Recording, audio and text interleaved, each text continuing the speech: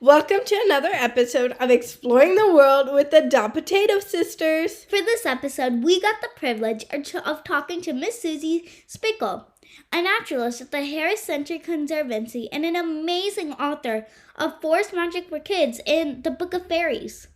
It was absolutely amazing to get some insight into the imagination of such a wonderful author, and we hope that you listeners get the same kind of insight that we did.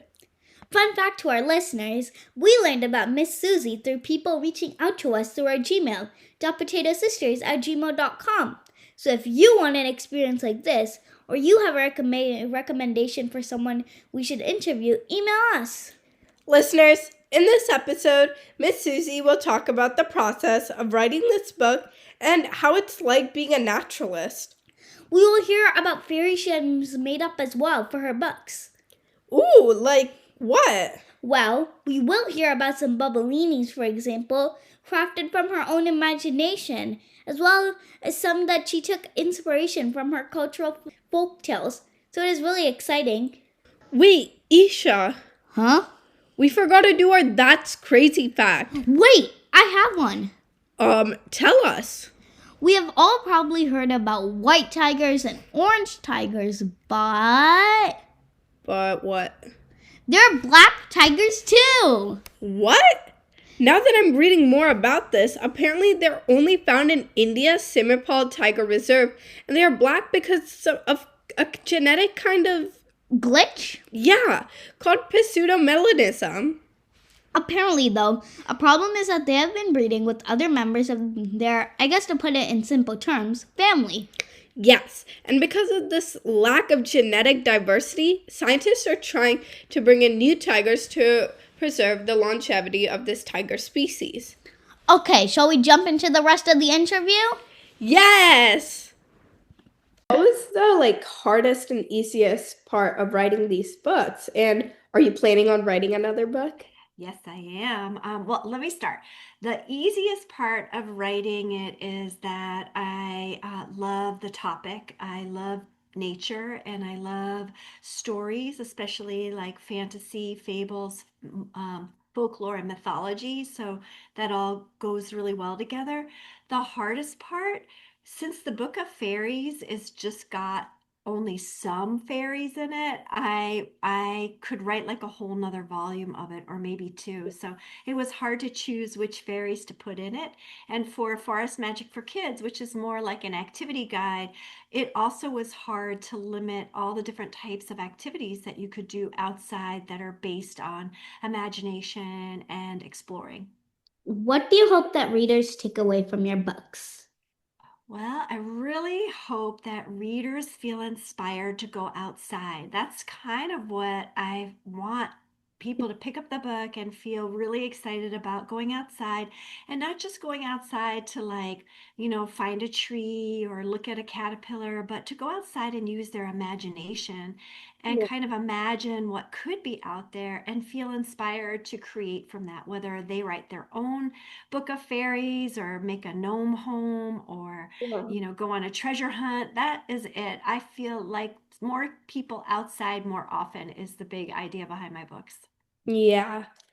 In the Book of Fairies, you mentioned 4 different types of fairies, if I'm not wrong. Earth fairies, fire fairies, water fairies, and air fairies. Yeah, you got it. So which one is your favorite? I have favorite ones in each category, but if I had to pick a favorite one of my fairies, I really like the knockers.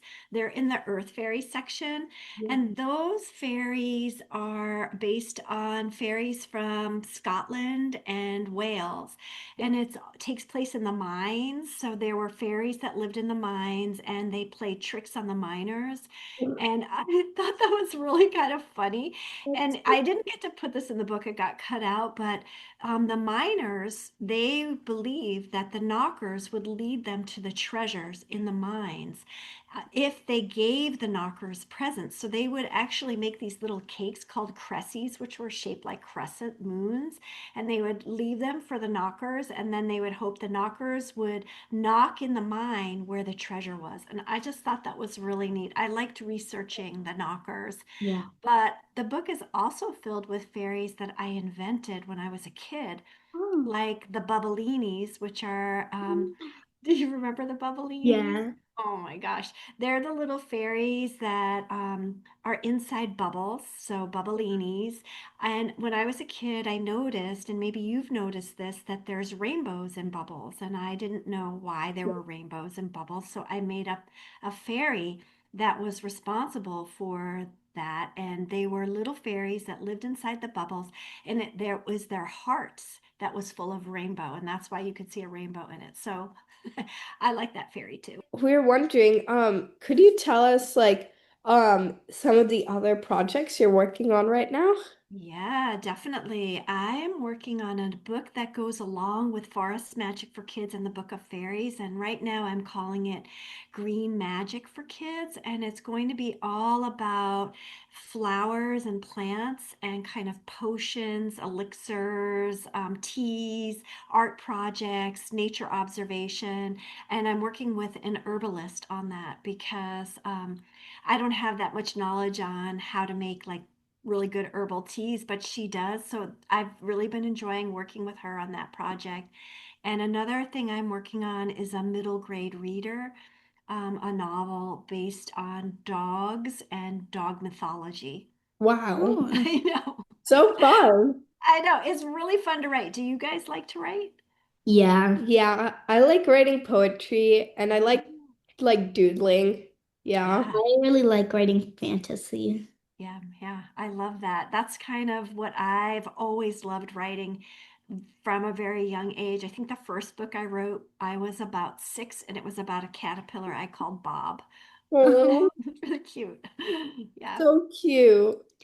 Um, did you have a favorite book growing up? If so, which one? Yeah, I was really big into fairy tales, and one of my favorite books was a collection of fairy tales by an author and illustrator named Tasha Tudor. And I think it was just called Book of Fairy Tales. And it was so beautifully illustrated. It had like rosebuds along the whole Wow. edging, and it had stories that I was familiar with, like Cinderella Yeah. and Thumbelina, but then it had stories I didn't know, like the Tinder Box and Mr. Fox. And I still have my copy of it. I love it. It's so Wow. pretty and magical. But I think my favorite, like, book to read when I was a kid, and I read it so many times the pages fell out, was Charlotte's Web. Oh, Oh I my love that gosh, book I love too. Charlotte's Web. It is so sad, but it's so beautiful at the It end. is. Oh, I also loved how your writing like Yeah. connected to like your real world like studies and essays that you've done. That was really And cool. I love how you like gave an explanation for what every fairy did. Like how you gave a fairy each one part of the world or one part of the natural world that they tended to. And that was so cool to read about. And it really kept me engaged to see what each fairy was supposed to be tending to. You guys are you're making me my like cheeks hurt from smiling. Thank Oh, you so much for all the kind words about my book. You know, you write a book and you never know how people are gonna like it, if they're gonna read it. So hearing how much you like it and what you liked about it is making my heart just feel really so big. Thank you so much. oh, thank Thank you. you. Uh, Um, so we also know that you're a naturalist, and we are wondering what is your favorite part of being a Yeah. naturalist, and what inspired you to become one? I know. This is a funny answer to my question. When you're a naturalist, you usually have an area of expertise. Like I work with people that are really great at identifying birds. Like they can tell a bird song and know exactly what bird it is and, Oh, wow. all of that. And then people that know their bugs or their trees. My specialty is mammals. I know a lot about mammal tracks. And this is the part that's funny. My favorite part of looking for mammal evidence is looking at their scat or their droppings. I Oh, think it's so cool that Yeah. you can tell what animals are in your neighborhood just by finding out what scat they leave behind. And then if you're really brave, you can look at it and figure out a little bit of what they ate. And I don't know. I know it's gross, and it might make some of your listeners be like, ew, that's really weird, but it's actually really cool. And I have a cool little saying that I always say to myself. It goes like this: if you really want to know what an animal eats, take a good hard look at what it excretes. that's a fun ride. Yeah. Isn't that good? And That's so fun. I know. I love the winter time, so I like to go tracking in the winter time and look for footprints. And what made me want to be a naturalist is I really love animals so much. And at first, I thought I might be a biologist, a wildlife biologist. But I just decided that I wanted something more than just spending time in the field like that, and being able to teach people and kind of tell the stories of animals felt like a better use of my skills. And that's kind of what I think of as a naturalist. I'm sort of like a nature storyteller, and I help break the science down so that other people who aren't scientists can understand it and fall in love with the natural world. So That that's why I became a naturalist. and like as a naturalist who teaches and interacts with kids so often, what do you think is the most important thing to do when trying to teach them the beauty and importance of nature? And how do Yeah, you get the message across to these young kids? such a great question and so important. I definitely think that the key to helping kids make that connection is spending time outside and, putting down any kind of phone or screen that's kind of interfering with a direct experience.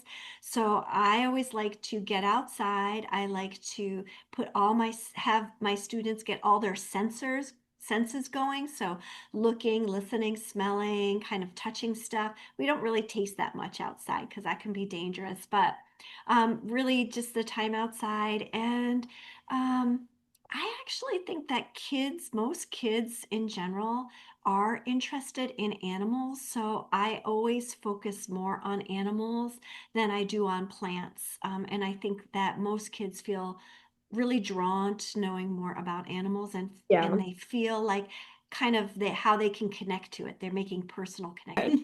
Can you tell us what a day in your life looks like? Oh, yeah, it's busy. Like I said, I spend a lot of time outside. I teach people of all ages. So the youngest people I teach are little babies in backpacks and their parents, getting them Um, outside and kind of helping them make connections. So I might have a group in the morning with babies in backpacks and toddlers in tow and all of their parents. And then I might be visiting a school and going outside and looking for birds, or digging under rotting logs and looking for animals under there. And then I do have time where I have to be at my computer, but I don't like that as much. And yeah. then even night programs. And right now, where I work, we're doing a big owl project Ooh. where I know it's I wish you could come and see it. We're doing a saw-whet owl banding project where we're capturing owls, these tiny little owls. They're like the size of a little chip bag. They're the smallest owl in New England. They weigh as much as a stick of butter. That's it. They're so tiny. Wow. And we catch them in these special nets with an audio sound of an owl hooting. And I don't catch them because I'm not a bird bander. But why we're catching them is we band them with a little silver band around their talon, their ankle. And then that number is specific just to that owl. And then we release them. We measure them, we weigh them, and check, make sure they're healthy. And then we let them go. And then we're hoping they get caught as they migrate. And that is helping us figure out the habits of these animals. So I love being involved in projects like that too, where even though I'm not the scientist, I'm helping to communicate to the general public about what the scientists are doing. So Yeah. that is so much fun. We read that you are part of the Harris Center Conservancy. What programs do you lead or are part of in the Harris Center Conservancy?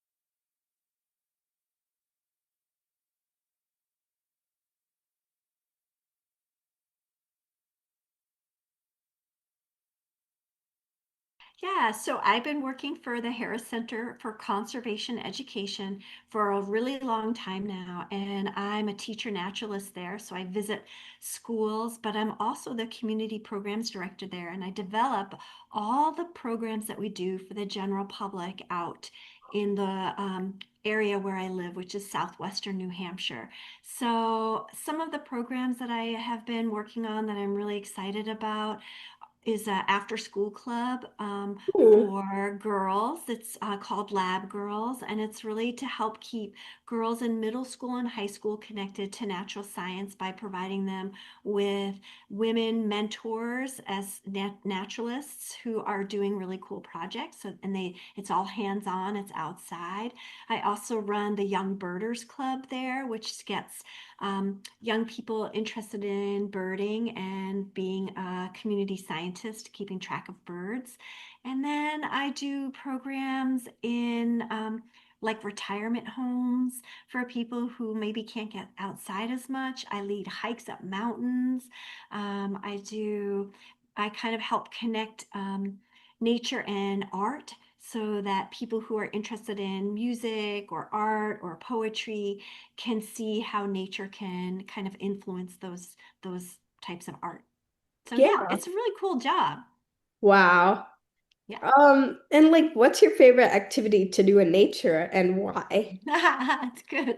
I love almost every activity outside in nature. I'm very physical, so I do a lot of mountain biking and cross country skiing and hiking and stuff like that. But really, one of my favorite things to do outside is I really love looking for animals outside, especially Yeah. in the pond. I like to take a long net and dip it in the pond and see what animals I can find and see if I can find any snails or salamanders or crayfish.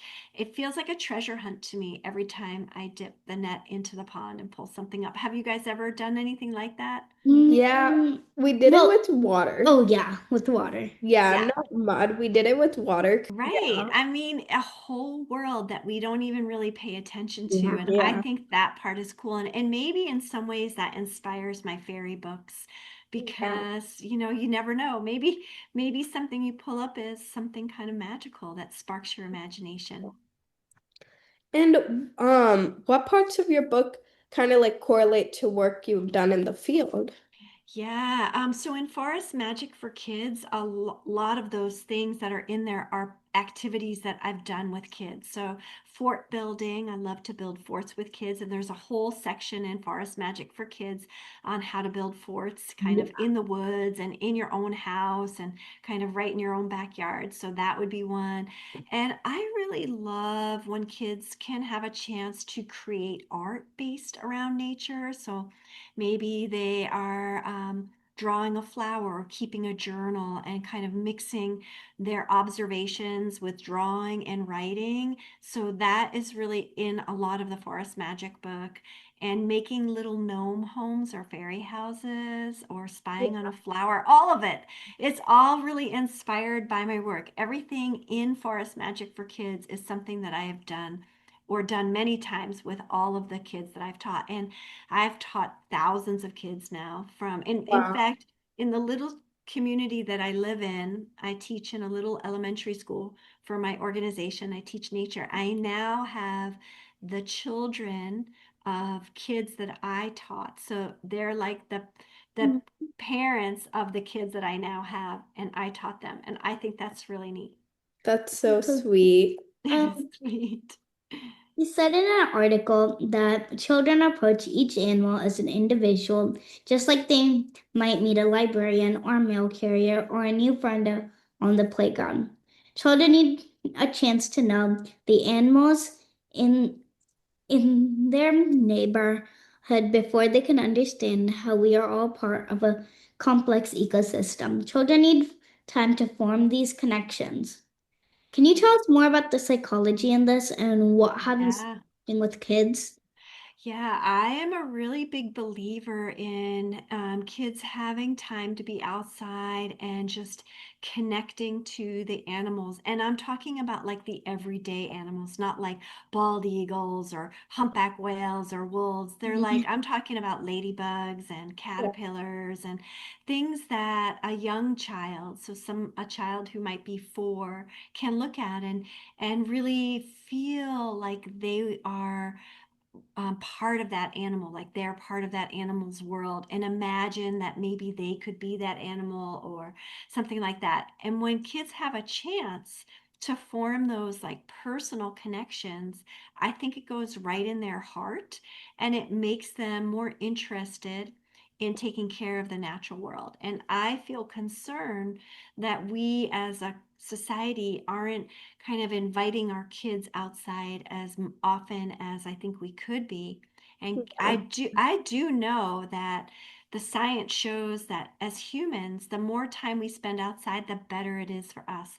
There's all the scientific evidence that shows that it's healthy for us. It's healthy for our physically, for us mentally, and that connecting to animals is part of that. And it's, I Yeah. think, the first step of learning how to be compassionate.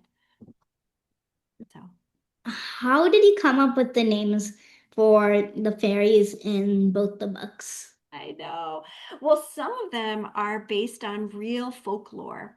Oh, So, like the she fae, the yeah. salamandra, the brownies, the pixies.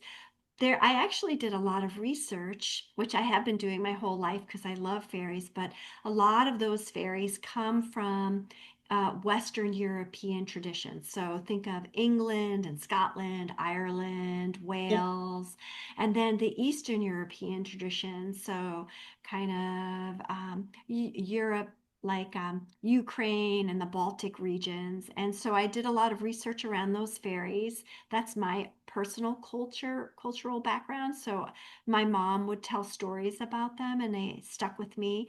And so mixed into the book are real fairies that I didn't have to make up names for.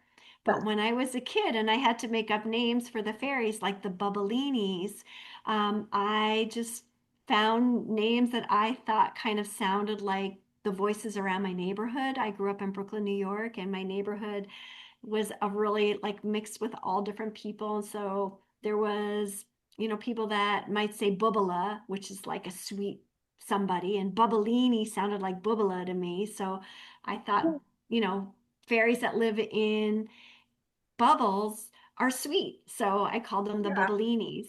So that's how I kind of invented it as I was a kid. And then some of them I invented based on working with kids and Oh, making fairy houses. So the quill riders, those are the fairies that ride on the back of the birds. yeah. Mm-hmm. A, a student of mine, we were out building fairy houses, and she was saying that she thought that every bird had their own fairy that told them how to, fly south for the winter or catch a worm or go soaring up really high. And she thought they were like dragon riders.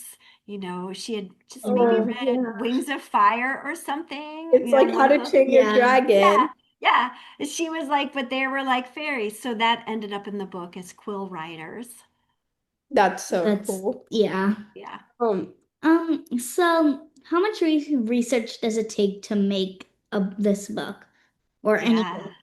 It takes a long time. I like it. I always have loved reading and writing. Yeah.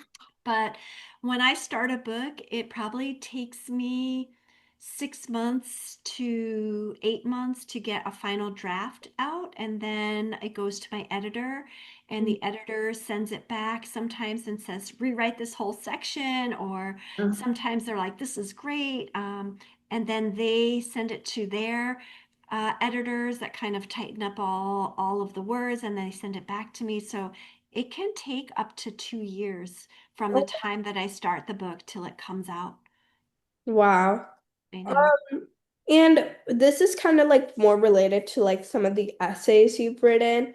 Um, you said in your essay titled Woodland Mice Are Truffle Specialists that open quote like mycorrhizal fungi help trees and plants respond to pathogens and poor environmental conditions and to regenerate after forests are altered by such things as fire and logging, close quote. Can you go more into the science and process of this? Sure, yeah. So a lot of the recent research is showing that under the ground at the where the roots are of the tree, there's fungi or fungus that grows, and that's the mycorrhizal or mycelium, and they're attached to the roots of the trees, and they actually benefit the trees by providing nutrients for the trees in exchange for also getting nutrients. And there's a lot of research that shows that they're kind of what they call the wood wide web. Instead of the world mhm. wide web, it's the wood wide web, that it's the fungi that's sending communications between trees. So let's say there's an oak tree and it's got a disease. The Mhm. mycorrhizal fungi is going to send a message to the other trees through the roots, because they're all connected underground. And it might be like, hey, the oak tree's sick. Everybody get your defenses up. And then the defenses go up. I mean, that's a really simplified version, but the fact that fungus and trees and plants work together in unison for a healthy forest makes sense. It's part of a whole system, and that's why Yeah. we use the word ecosystem. And I loved researching that essay about the mice, because it's these little mice underground that eat underground mushrooms called truffles. And Yeah. they eat them. And then here's my favorite part of it, the scat. So they eat it, Yeah. and in the truffle are the spores, or kind of like the seeds of the mushroom. Yeah. And after they've eaten it, they go off and wander around, and then they poop, and the spores go in a new spot so it can form new mycorrhizal associations underground. And that helps keep the whole system healthy. And in that essay, it talks about how they're finding out that when there's mice and truffles in an area that's been burnt through Yeah. forest fire, those areas are going to recover faster. Yeah. Yeah. So cool. Yeah, Like, So I know, true. right? so cool. And it's like nature is so cool. It's magical in its own way. The science of it is amazing, and the fact that we're still Yeah. learning about it Mhm. too. Do you have any last or final words for our listeners? Yeah, my final words to all the listeners, to everybody, and I hope everybody in the world is listening, is to get outside more, right? To get outside more and to enjoy it, and to know that inside of us as humans, being outside is kind of the right thing for us to be doing. And Yeah. maybe you don't know anything about being outside, but you can always look up at the clouds or feel the Yeah. wind or smell a flower. So yeah, just get outside. Yeah. Yeah. Thank you so much You're for welcome. this. Yeah, we had so much fun talking to Yeah. you. And once Thank again, thank you you. for taking the time to talk with us today. And it was really fun and interesting to learn about how you wrote the books and the process and more about you as a naturalist. Listeners, thank you for listening, and a big shout out to Ms.Susie Spikol for giving us the opportunity to talk to her. This was a truly amazing experience, and like we said before, listeners, if you want a similar experience or you have someone you think we should interview, please contact us at dotpotatosisters@gmail.com and check out our Instagram at dotpotatosisters. Bye!